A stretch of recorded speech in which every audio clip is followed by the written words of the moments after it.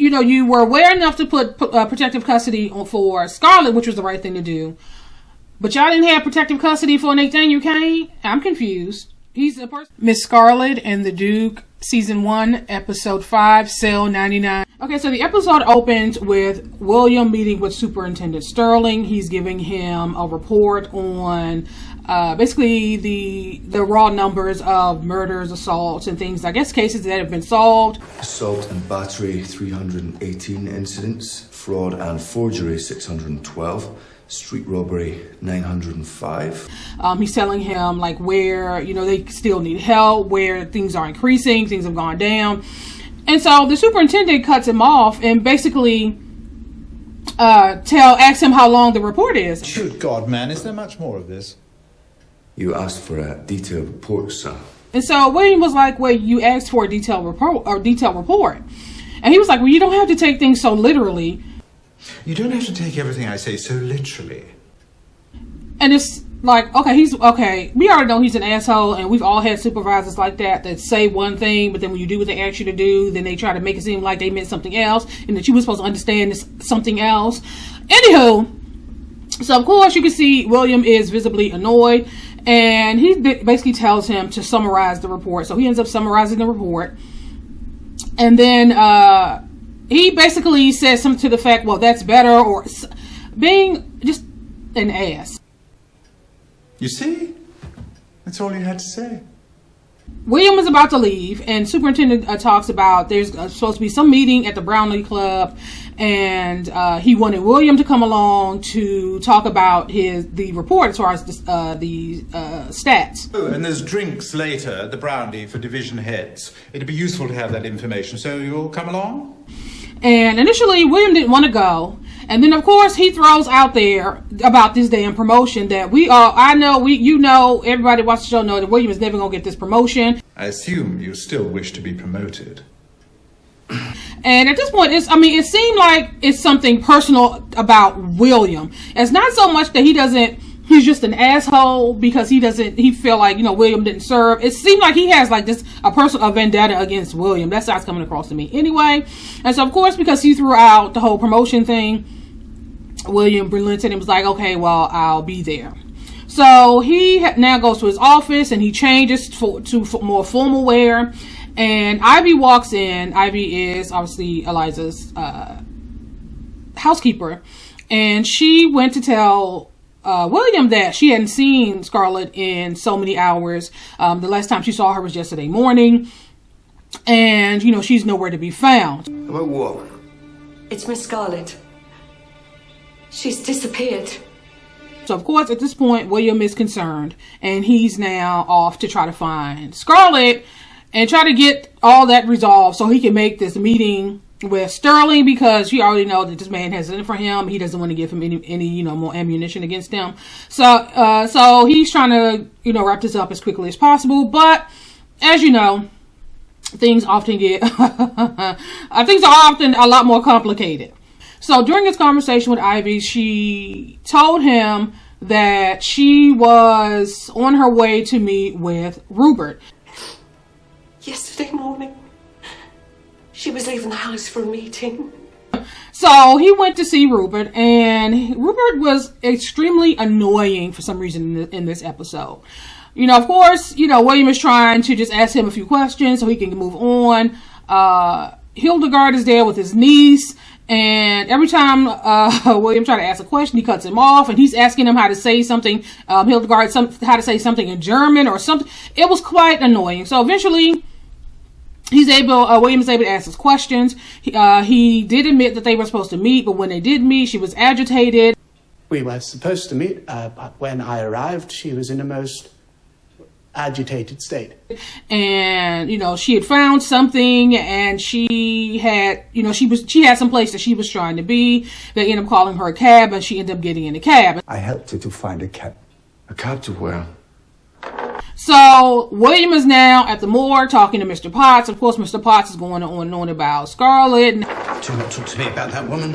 She has given me nothing but trouble. How she had all these questions, and of course William was like, okay, well, what questions does she have? And eventually he got around to telling him that Scarlett was asking questions about smallpox. She wanted to know all about smallpox, how long the virus lingers outside the body, what precautions can be taken to avoid transmission. He basically said that he spoke to her yesterday morning, previous morning as well, and hadn't seen her since. So now Duke is at her office, and he can see the broken glass, because remember in the last episode, the picture fell off the wall, and of course that's where she found the book. And so he's now sitting down, and Mr. Scarlet appeared, and he said something to the fact of, so you don't have the answers. You are conflicted as to what to do? And so they talked a little bit, and I guess I can't remember the exact conversation, but he basically was telling William that he doesn't want to tell him what to think. He wants William to. He always wanted William to come to his own conclusion. Why did you always do that? Do what? Give me orders, but pose them like a question. Because I learned very quickly that you needed to come to your own conclusion. And so, of course, William was like, the conclusion that matches with what you want the conclusion to be. And then, so, of course, he was like, well, great minds, right? The conclusion that you always wanted to hear. Great minds and all that? He basically, told William that he wanted him to find his daughters. So, you will do your duty to me. And you will find her. So there's that. And so eventually he disappeared, and William found the notebook that Scarlett found in the wall, and he could see she had wrote something, and you know how you could kind of like color it in and kind of make out what was written on the previous page, and it said Woolwich Prison Cell 99. So we now flash to the prison, and you could hear Scarlett calling for help.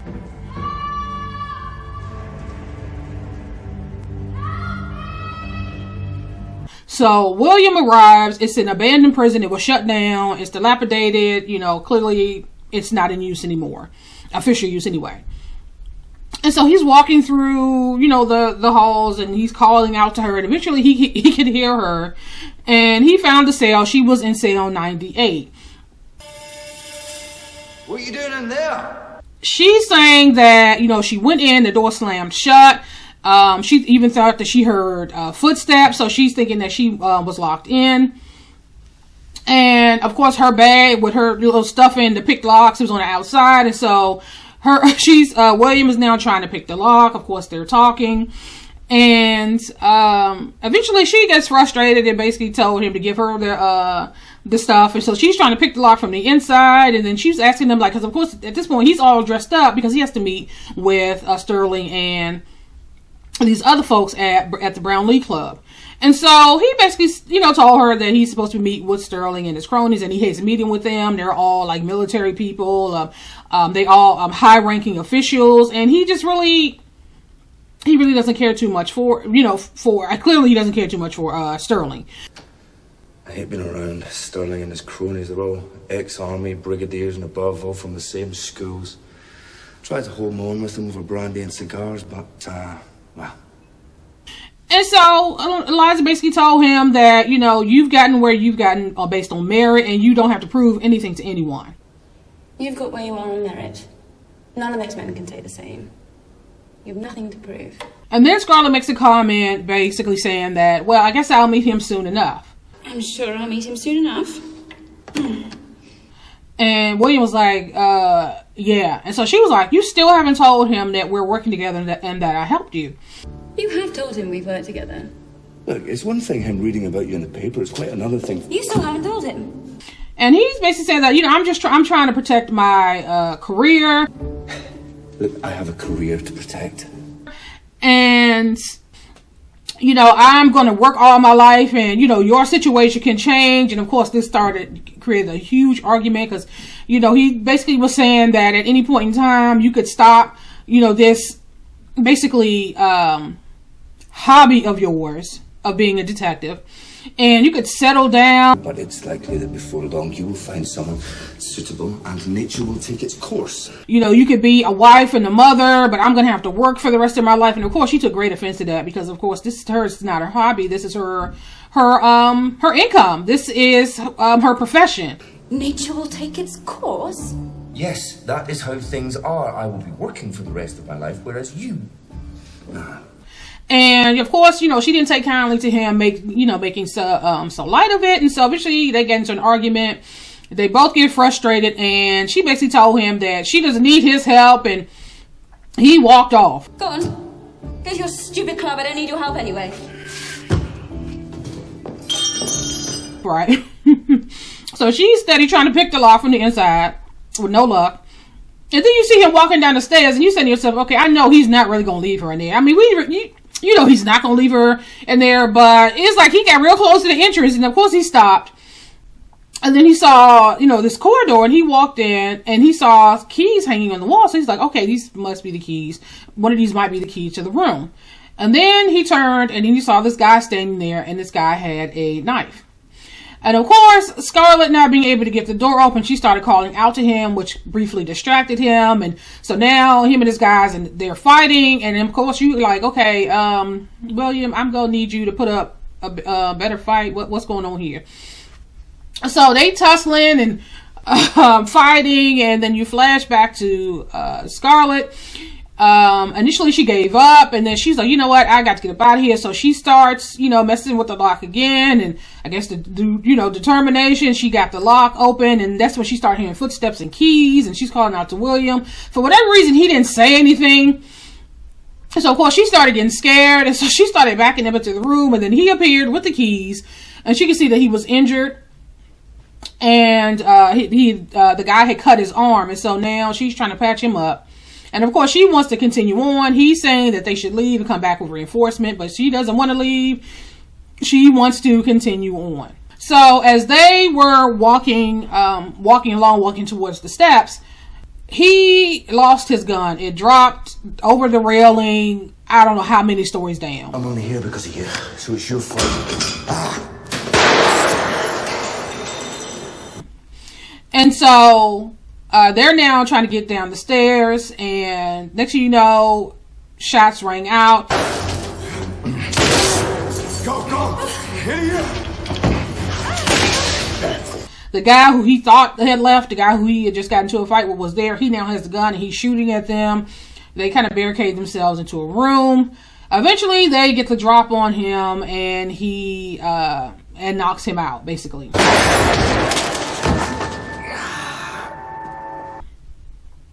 This is when Scarlett is able to get a look at the guy, and then she has a flashback. This was the same guy who posed as a doctor in the first episode. The guy who brought her father home saying that he'd had a heart attack in the street. This was that same guy. So, of course, you know, she ends up telling William. And now it's like, okay, what exactly is going on here? So they end up checking his pocket, and they found the key to cell 99. Okay, so Scarlett is trying to use these keys to get through this next set of gates. Still trying to find cell 99. It's like 100 keys on this damn key ring. So she's, of course, getting frustrated. William wants to leave. Eventually, the guy wakes up, and they started asking him questions. And he basically said he would answer the questions if they untie him. Of course, they're not doing that. And that's when he told them that, you know, it won't be long before other people arrive. He then admitted that he was the one that locked her in the room. Well, after I shut you in, I sent word. Won't be long now. And as soon as he did that, he had sent a message letting, I guess, whoever know to come to the jail.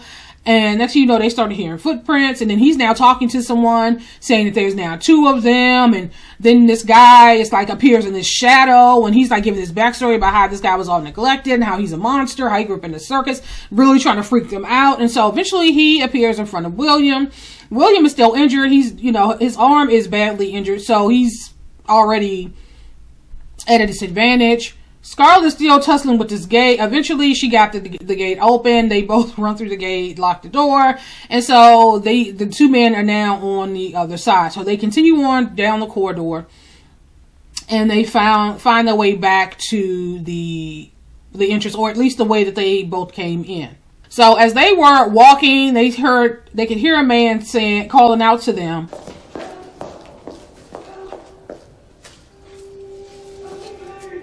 And so they make it down this side hallway to go down these stairs, and they find this man locked in this cell 99.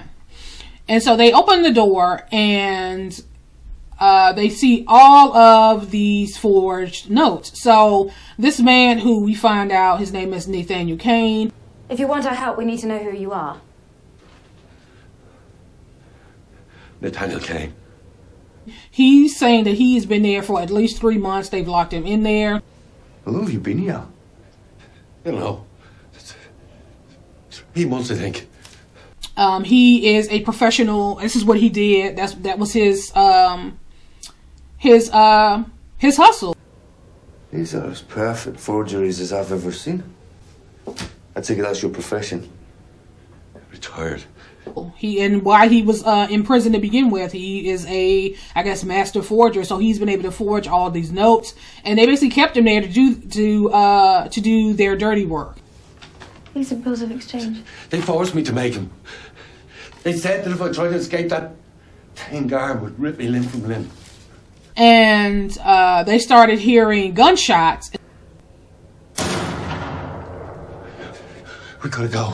They'll kill us all. And so they're like, okay, we need to get up out of here. So he runs out through the door, and of course William runs out behind him. And there's this guy standing there, all covered up in his leather mask, and so you don't know who it is. And he ends up shooting Nathaniel, and he now has the gun on William. And so Scarlett runs out. She now has William's gun, and basically said that, you know, he can only shoot one person at a time, and by the time he tried to shoot her, she would have already shot him. So they, you know, this whole thing. So eventually he backs away and he left.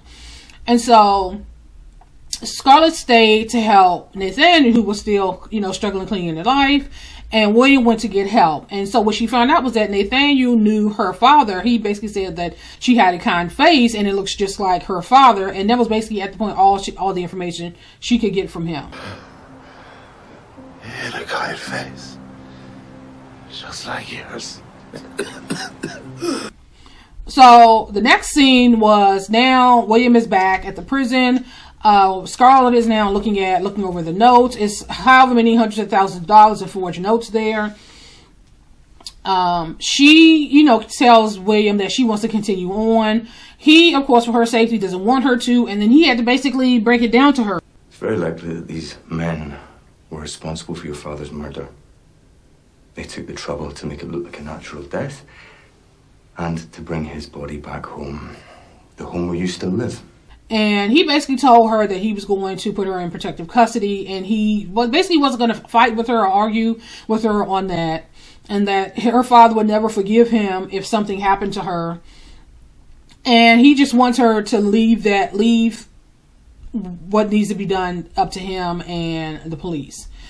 And so Frank eventually walks in and tells William that he has something to show him. He and Eliza follows Frank, and then you see the two guys that they had met earlier. They were dead. So those were the gunshots. This person who shot Nathaniel obviously killed the other two men, the first two men that we saw earlier in the episode. So William is now meeting once again with their superintendent, and of course he apologized for missing their meeting, but of course explained the situation. I apologize for my appearance, sir, and for missing the drinks I spent last night at a crime scene. And then basically said that he think that these people were responsible for Mr. Scarlett's death, and he has ordered protective custody for Eliza. As such, I have ordered protection for his daughter Eliza.